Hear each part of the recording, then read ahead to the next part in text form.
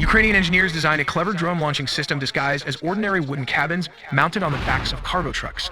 These mobile containers looked like simple rural sheds, but inside they held reinforced structures, hidden launch platforms, battery charging stations, and remote-controlled roof mechanisms. The design allowed for drones to be launched either vertically or at an angle, depending on their type, while built-in signal shielding helped them avoid early detection by Russian surveillance. Once these mobile silos were ready, Ukrainian intelligence operatives, possibly with help from local sympathizers, moved them deep into Russian territory. The trucks were quietly driven to pre-selected sites near key airbases, parked in places like forests, farms, or industrial areas where they blended into the landscape. They remained dormant for days or even weeks, with drones preloaded, charged, and waiting for the command to strike. When the time came, encrypted activation signals were sent remotely. The roofs of the containers slid open and the drones lifted off, some vertically, others using ramps or compressed air launch systems for a silent start. Because the launch sites were positioned just a few kilometers around 2 miles from their targets, the drones were able to reach their objectives quickly, leaving little time for Russian defenses to react. Operators guided them in real time using live video feeds, steering the drones with precision toward parked aircraft, fuel depots, and radar installations for extended periods.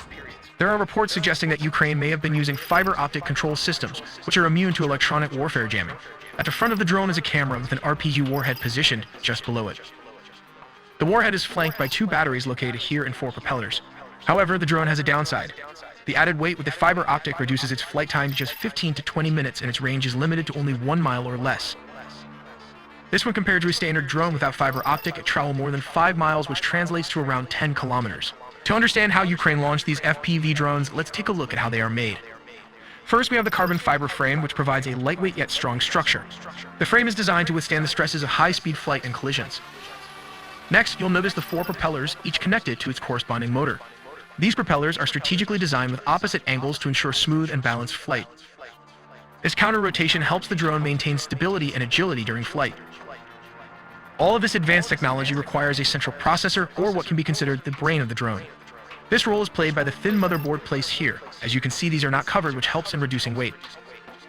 It manages all the flight operations, processes data from sensors, and translates commands from the remote control into action. Moving to the back of the drone, we find the cables that connect the motherboard to the power supply, which is provided by the battery. The battery is one of the heaviest components of the drone due to its energy density. Depending on its size and capacity, the battery can power the drone for anywhere between 20 to 30 minutes. Next, let's move to the propellers and motors also need power and precise instructions to function correctly. They are connected through a series of cables located here. Both supply power and transmit control signals from the flight controller. These cables are exposed to minimize weight, ensuring the drone remains as light and efficient as possible. At the front of the drone, you'll find a camera that is connected to both the motherboard and the radio receiver, allowing it to transmit live video footage back to the pilot. This setup enables the pilot to see exactly where the drone is flying in real time, providing crucial visual information for navigation and target acquisition. However, modern warfare has introduced new challenges. For instance, Russian forces are increasingly utilizing electronic warfare systems. These systems work by jamming the This mechanism can be manually triggered by the operator, allowing for greater control and creating a more significant impact on the battlefield. The reason Ukraine took out these strategic nuclear bombers because they have been wreaking havoc. Let's take a look at how they might work. The 3 planes can work together as nuclear and attack aircraft. In Stage 1, the Tu-22M can sweep in and target enemies using Kh-22 or 32 long-range supersonic anti-shipping cruise missiles, or the Kinzhal, specifically designed to engage U.S. Navy supercarriers. Meanwhile, the Tupolev Tu-95 can be positioned as a command and control center, while also striking less defended infrastructures like the usual communication towers. This slows down the enemy response in the battlefield. Finally, the Tu-160 Blackjack, also known as the White Swan, would launch cruise missiles once in range. These missiles would travel low and slow under enemy radar to reach their targets. This tactic is typical for all bombers in a nuclear war scenario. The Tu-160 can open its weapon bay doors and release nuclear cruise missiles one after another. These cruise missiles deploy their wings when dropped, and it can fly towards their targets, creating a nuclear explosion upon impact. However, the aftermath of such an attack can cause a nuclear fallout. When a nuclear weapon detonates, dust mixed with radioactive fission products are drawn into the detonation's radius, even spreading towards the attacker's own country and people. This nuclear dust can spread all through Europe, Russia, China, and even the rest of Asia if this happens to explode mid-air. This creates a situation where nobody wins, as it affects a lot of people, including those who initiated the attack. Do check out our original animated video on anti-aircraft gun like the M2 Browning, how to fire at an enemy aircraft, and the Zu-23 and how to operate them. So stay subscribed to not miss a beat. Radio signals between the drone and its pilot, effectively disrupting communication and control. When this happens, the pilot loses the ability to see and control the drone, which can lead to mission failure. To counter these tactics, the Ukrainians have developed an effective solution, deploying an additional drone to act as a signal enhancer. This secondary drone strengthens the connection between the primary drone and the pilot, ensuring a stable link even in the presence of electronic interference. By boosting the signal, this method helps to neutralize the impact of the enemy's electronic warfare units.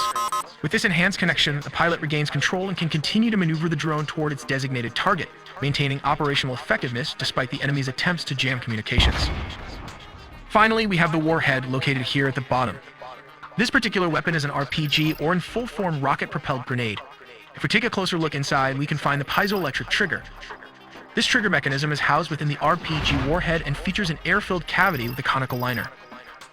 However, this trigger might not function as intended if the drone is moving too slowly or if it strikes a solid mass, like a tank not in full force. In such cases, the piezoelectric trigger may fail to activate.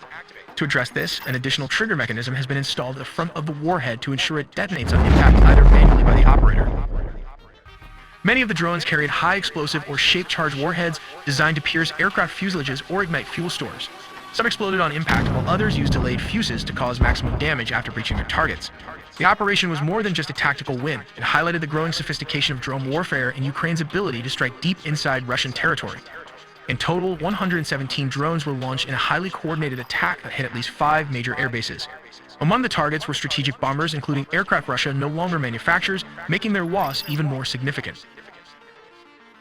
These are the area where Ukraine struck 34% of Russia's strategic bomber fleet. Ukraine targeted strategic nuclear bombers at the Belaya Air Base in Siberia.